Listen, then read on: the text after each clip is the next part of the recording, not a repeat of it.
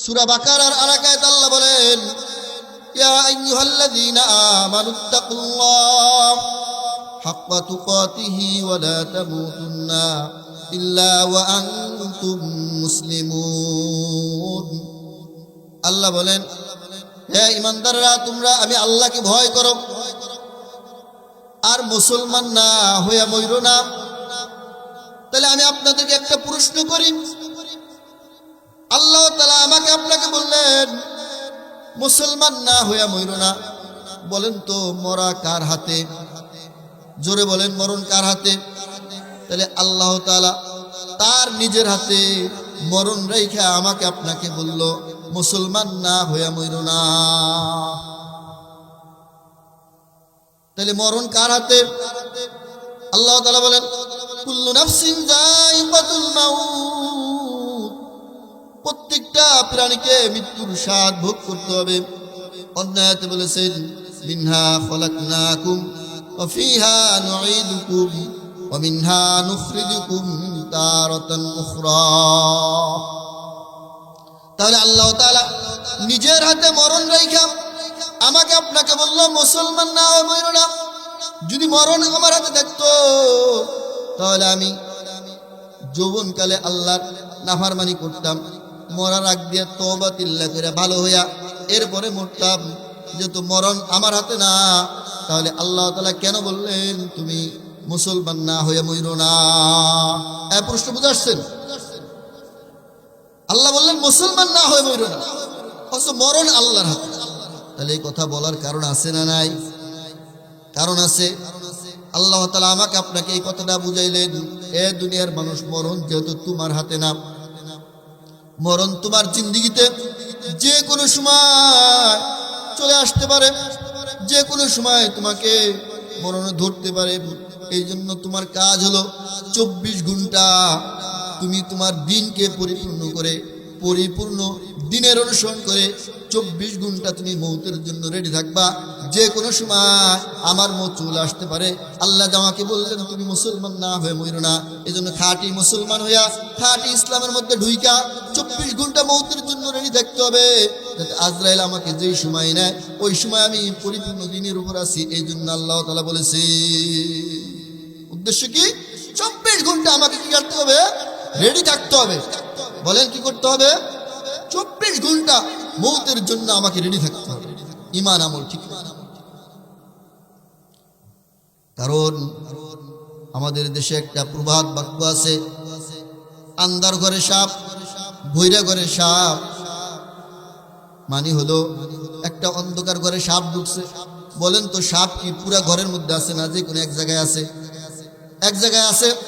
তারপরও ওই ঘরের দরজা দিয়ে কেউ ঢুকবে না, কারণ সে ঢুইকে যেখানেই পাড়া দিবে সাপটা ওইখানেই থাকতে পারে না। তাহলে অন্ধকার ঘরে সাপটাকে যদি ঘরের সব জায়গায় থাকতে পারে, এটা যেমন সম্ভাবনা আছে, তাহলে আমার হায়াতের যে কোনো সময় মৌত আসতে পারে, যে কোনো সময় আসতে পারে। কারণ মৌতের কোনো বয়স নেই, নির্দিষ্ট বয়স নেই যে ওই সময় আমার মৌত হবে। এই জন্য আল্লাহ তাআলা আমাদেরকে মায়ের গর্ভের মধ্যে 8 মাস 9 মাস বয়স হয়েছে, এই সময় মৌত দিয়েও আমাকে আপনাকে সতর্ক করে দিছে, এই বান্দা আমি ওই সময়ও তোকে দুনিয়া থেকে নিয়ে আসতে পারতাম। ঠিক কিনা জোরে বলেন? আল্লাহ তাআলা আমাকে আপনাকে সন্তান ভূমিষ্ঠর সময় মৌত দিয়ে সতর্ক করছেন, এ বান্দা আমি আল্লাহ তো কুদরতওয়ালা, আমার ক্ষমতার মধ্যে এটাও আছে, আমি ভূমিষ্ঠর সময় সন্তানের মৌত দিয়ে আমি তোকে বুঝাই দিলাম, এই সময়ও আনার ক্ষমতা আমার আল্লাহর আছে। আবার জন্মগ্রহণ করছে 2 দিন 1 দিন হয়েছে, এই সময়ও বাচ্চা কাচ্চা আমাদের দেশে মারা যায় না? না যায়। কি বলেন? ওই সময়ও মৃত্যু দিয়ে আমাকে আপনাকে বুঝাইলো আমি আল্লাহ ওই সময় মৌত দিতে পারি। আবার শিশুকালে মৌত দিছে। অনেক গোরস্থান আছে, ওই গোরস্থানের নামই দিছে শিশু গোরস্থান, মানে ওইখানে কোনো যুবক বৃদ্ধ লোকদেরকে মাটি দেয় না, মানে শিশুকালেও অনেক মানুষ মারা যায়। আল্লাহ তাআলা এটার নজিরও আমাকে আপনাকে দেখায় দিছে। যুবক যারা, এদেরকে মৃত্যু দিয়ে আমাকে আপনাকে সতর্ক করেছেন। বৃদ্ধ বয়সে মৃত্যু দিয়ে আল্লাহ তাআলা আমাকে আপনাকে সতর্ক করে দিচ্ছেন, এ বান্দা এই বয়সেও আমি আল্লাহ তোমাকে আনতে পারি। যখন মৃত্যুর সময় আসবে, কোনো সার দেওয়া হবে না, মৃত্যুর কোনো লস টাইম নাই, কি নাই? জোরে বলেন, কোনো লস টাইম। এটা ফুটবল খেলা না, 90 মিনিটে গোল হলো না, 30 মিনিট বাড়ায় দিল, কি বলেন? মৌত কোনো ফুটবল খেলা না।